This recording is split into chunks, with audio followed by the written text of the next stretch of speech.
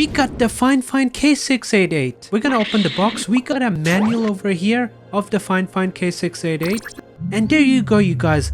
We got the Fifine K688. And looks kinda like the Shure SM7B, but it looks really nice. Then we got the USB cable that connects to your mic. Then you got this adapter which allows you to connect to your boom arm, so you can connect it here or you can connect it to a stand like I have. This stand's really cheap to get and you can just install it easily like I have. So you might be wondering, how does it sound out of the box? This is the Fifine K688. This is the Fifine K688. Oh yeah, cool.